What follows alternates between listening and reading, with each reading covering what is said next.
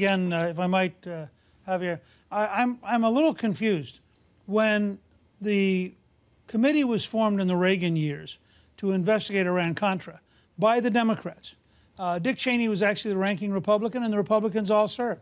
When the committees were formed during Watergate by the Democrats, Republicans served on the committees. I mean, historically, when the Congress engages in an investigation, the minority party, whichever one it happens to be at that time, almost has a absolute moral obligation to participate. Now, how will you go home and justify not participating once the House has actually voted, and the House as a body, in a bipartisan vote, as Aaron Schacht pointed out, has voted to create this committee?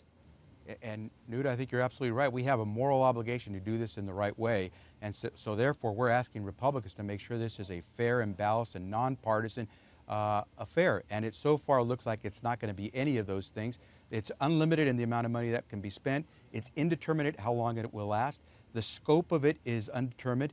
And it's unclear what kind of authority will be provided to the other side, the Democrats, so that we can make sure it's done bipartisanly. So as a senior Democrat, are you going to advise Speaker Pelosi to find a way to join or to find a way to not join this investigative committee?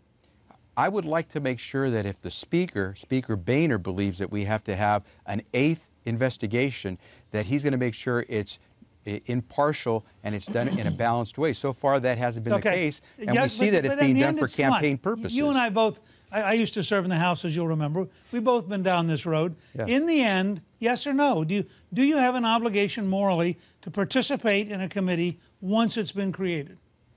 We have to fulfill our oversight obligations if it's real. I'm not sure this is real. So far, it looks like it's a campaign stunt to raise money for the Republican National Campaign Committee. If Aaron today will say on national TV, he will call his committee, his Republican National Committee, to stop raising money off of this Benghazi investigation, then maybe we could have some sense of bipartisanship. But right now, they're already raising money off of a committee that hasn't even had its first hearing. Okay, let's give Aaron a chance. Look, and then we're going to suggest that Javier Becerra or Aaron Schacht controls the fundraising apparatus of either our parties is a bit naive. Shame on you, Aaron. And sir, you can sir, do something. Both parties raise money off of real substantive issues that we debate, whether it be investigating Benghazi, whether it be the Affordable Care Act or Obamacare, depending on how you want to raise money on it. The Democratic Party raised money off of George W. Bush and the Iraq War.